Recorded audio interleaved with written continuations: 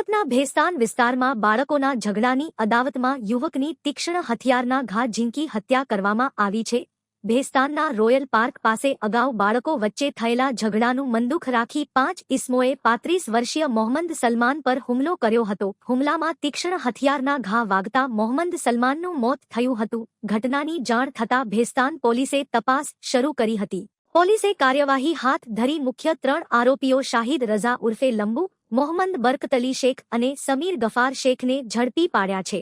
હાલ પોલીસે ત્રણેય આરોપીઓ સામે કાયદેસરની કાર્યવાહી હાથ ધરી વધુ તપાસ શરૂ કરી છે।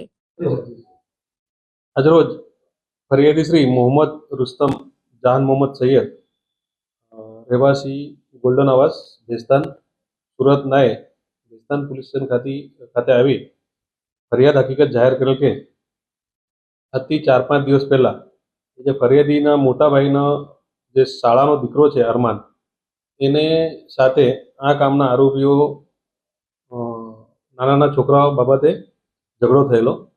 એ બાબતની અદાવત રાખી ગઈકાલે રાત્રિના લગભગ પોણા 12 વાગ્યાના સુમારે આ કામના આરોપીઓ છે શોભાન ઇસરાયલ શાહ, શાહિદ ઉર્ફે લંબુ શેખ, સાબિર મોઈસ શેખ, મોબીન ઉર્ફે ભૂરો મોઈસ શેખ તથા સમીર ગફાર શેખ એક સમ થઈ આ ફરિયાદીના જે દીકરા છે મરણ જનારને જીવલેણ હુમલો કરી તેનું મોત નિપજાવેલ છે।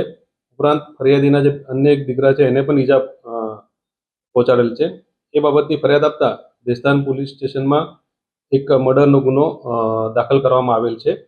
હાલ આ બાબતે જે ગુનાવાળી જગ્યા છે ત્યાંથી એક છરી પણ રિકવર કરવામાં આવેલી છે અને આ ઝઘડામાં જે આરોપીઓ છે એ પૈકી શોભાન ઇઝરાયલ શાહ તથા સાબિર મોઈસ શેખ એ પણ હોસ્પિટલાઇઝ છે, એમને પણ ઈજા થયેલી છે સામસામે મારે। બાકીના જે 3 આરોપીઓ છે સાબિર, શોભાન તથા સમીર, એ લોકોને ભેસ્તાન પોલીસે તુરંત ડિટેન કરેલા છે અને એ લોકોને ધરપકડ કરવાની કાર્યવાહી ચાલુ છે અને વધુ પુરાવા ભેગા કરી એ લોકોને આવતીકાલે પોલીસ કસ્ટડીમાં તજવીજ કરવામાં આવનાર છે।